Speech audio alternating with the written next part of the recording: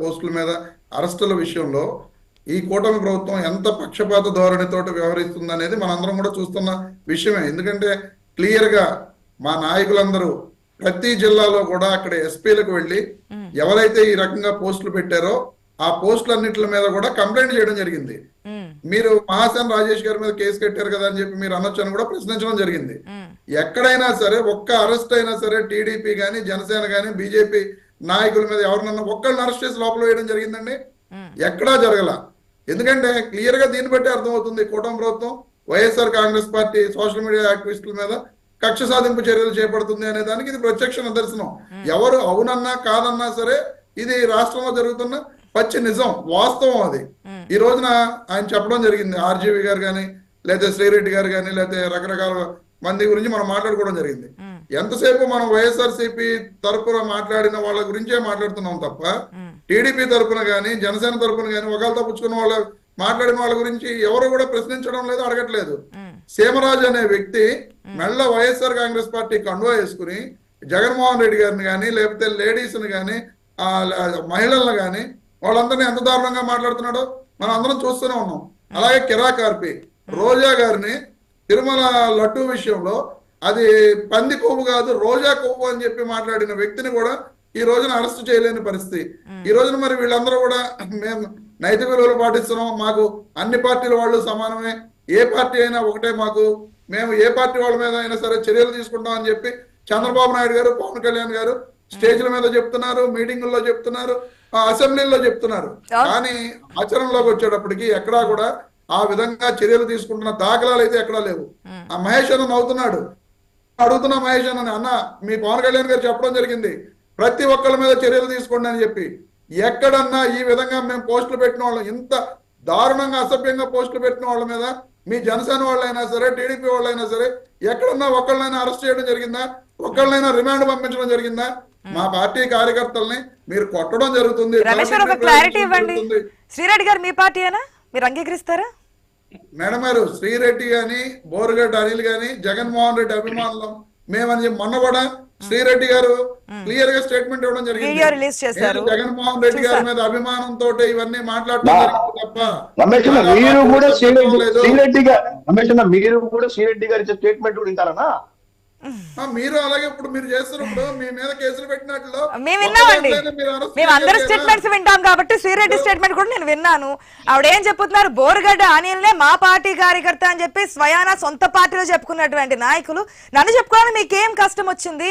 అదే విధంగా సిద్ధం సభలకు సంబంధించి రమ్మంటే ఈ విధంగా అన్న వాళ్ళకి కూడా అధికార ప్రతినిధులు ఇచ్చారు, ఎందుకన్నా ఇట్లా చేస్తారు అని చెప్పినటువంటి స్టేట్మెంట్స్ నేను మొత్తం వీడియో చూసా. అంటే ఒక్కరిదనే కాదు అందరే చూస్తాం కాబట్టి ఫ్లోలో శ్రీరెడ్డి గారిది కూడా చూడడం జరిగింది.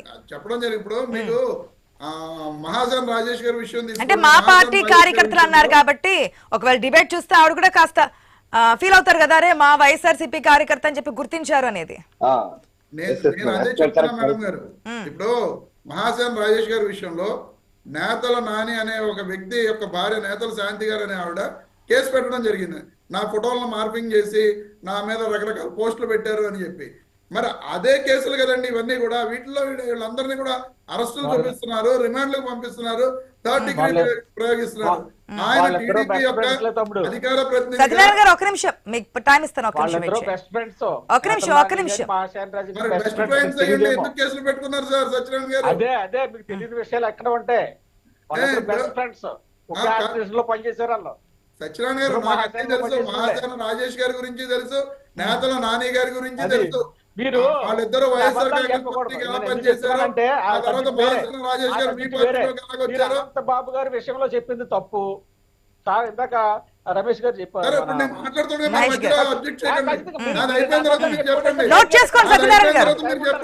ఏదైనా ఉంటే నోట్ చేసుకోండి, మీకు టైం ఇస్తాను, మీ టైంలో మీరు మాట్లాడతారు కానీ ఇంటరాప్ట్ చేస్తుంటే సమయం కిల్ అయిపోతుంది. ప్లీజ్ సార్ అప్పుడే చెప్పండి, నేను మాట్లాడిన తప్ప ఒప్పులు అనేవి. ఇప్పుడు క్లియర్ కట్ గా అరెస్టులు అనేవి తెలుగుదేశం పార్టీ వాళ్ళ మీద కానీ జనసేన పార్టీ వాళ్ళ మీద కానీ జరగట్లేదు. అది అవునంటారా కాదంటారా అనేది మీ టైం వచ్చినప్పుడు మీరు చెప్పండి.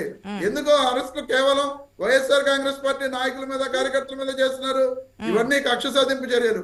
ప్రభుత్వంలో ఉన్న వాళ్ళ ప్రభుత్వాన్ని ప్రశ్నిస్తున్నారు కాబట్టి సోషల్ మీడియా మీద వీళ్ళందరినీ కూడా మనం ఎక్కడికక్కడ ఆపాలి. ఈ స్టేట్మెంట్ కరెక్ట్ కాదేమో. ఈ స్టేట్మెంట్ కరెక్ట్ కదా ప్లీజ్ రమేష్ గారు, మీరు ఇంత చెప్పారు. నేను మహేష్ గారిని క్వశ్చన్ చేస్తే మిమ్మల్ని కూడా క్వశ్చన్ చేస్తా. ప్రభుత్వానికి సంబంధించి ప్రశ్నించండి, కానీ వ్యక్తిగతంగా మీరు చెప్పిన పాయింట్ కరెక్టే. టీడీపీ జనసేన నుంచి ఏదైతే వస్తున్నాయో పోస్టులకు సంబంధించి చర్యలు లేవు అనుకున్నంత స్థాయిలో మనకి తెలిసిందే. కాకపోతే ప్రభుత్వాన్ని ప్రశ్నిస్తున్నందుకు కాదు, ప్రభుత్వంలో ఉన్నటువంటి నాయకుల్ని వాళ్ళ ఫ్యామిలీ మెంబర్స్ని కూడా తీసుకొచ్చి, మొన్న వైఎస్ఆర్సీపీకి సంబంధించి లక్ష్మణరావు గారు మన డిబేట్లోనే బాధపడ్డారు. మా ఫ్యామిలీని కూడా టార్గెట్ చేసి మాట్లాడుతున్నారండి, కంప్లైంట్ చేయడానికి వెళ్తే కనీసం కంప్లైంట్ తీసుకోవట్లేదు, ఇదెక్కడ ఇది మేము మాడుతున్న మా ఫ్యామిలీ ఏం చేస్తుందని చెప్పి ఆయన డైరెక్ట్గా మన డిబేట్లోనే మాట్లాడడం జరిగింది. ఎస్, జరుగుతూ ఉన్నాయి, దాని గురించి తప్పకుండా క్వశ్చన్ చేద్దాం. కాకపోతే కుటుంబాలకు సంబంధించి వ్యక్తిగతంగా వెళ్ళి పోస్టులు పెట్టి వ్యక్తిగతంగా అనకూడని మాటలు, రాజకీయాల్లో ఉన్న వాళ్ళని రాజకీయాల్లో లేని వాళ్ళని అనే వాటి గురించి వస్తున్నటువంటి పోస్టులు ఇవి. అదే నేను క్లారిటీ, నేను మాట్లాడేటప్పుడు క్లారిటీ ఇచ్చేటప్పటికి మీరు దీంట్లో చెప్పడం జరిగింది. ప్రభుత్వానికి వ్యతిరేకంగా పోస్టులు పెడుతున్న వాళ్ళని కూడా ఇందులో అరెస్టులు చేయడం జరిగిందండి. ఇప్పుడు కేవలం ఈ మార్ఫింగ్ ఫోటోలు మహిళల మీద అసభ్యకరంగా పెట్టిన వాళ్ళని అరెస్టులు చేశారు అనుకోండి, వాళ్ళు తప్పు చేశారు కదా, అలా పెడతాం తప్పే కదా అని చెప్పి మనందరం కూడా అనుకుంటాం. అలా కాకుండా వరదల్లో 323 కోట్ల రూపాయల స్కామ్ జరిగింది అని చెప్పి పోస్ట్ పెట్టిన అతన్ని కూడా అరెస్ట్ చేశారు. కిలో కందిపప్పులో 1/4 కేజీ లేదు అని చెప్పి చెప్పిన వాళ్ళని కూడా అరెస్ట్ చేశారు. 90 అదే నాణ్యమైన మద్యం, అదే నాణ్యమైన విద్య వద్దు మద్యం ముద్దు అని చెప్పి పోస్ట్ పెట్టిన వాళ్ళు కూడా అరెస్ట్ చేయడం జరిగింది. ఇవన్నీ కూడా రకరకాలుగా ఈ విధంగా కూడా అరెస్టులు జరిగినాయి కాబట్టి ఈ విధంగా ప్రభుత్వానికి వ్యతిరేకంగా పోస్టులు పెట్టిన వాళ్ళని అరెస్ట్ చేస్తున్నారు. ఇలాగా అసభ్యకరంగా అరెస్ట్ చేస్తున్నారు. 2 పార్టీల నుంచి పోస్టులు అయితే పెట్టారు, కానీ వైసీపీ తరపు నుంచి వారిని అరెస్ట్ చేస్తున్నారు, టీడీపీ జనసేన సంబంధించిన వాళ్ళని అరెస్ట్ చేయట్లేదు అనేది. సత్యనారాయణ గారు, అందరికీ తెలిసినటువంటి పాయింటే.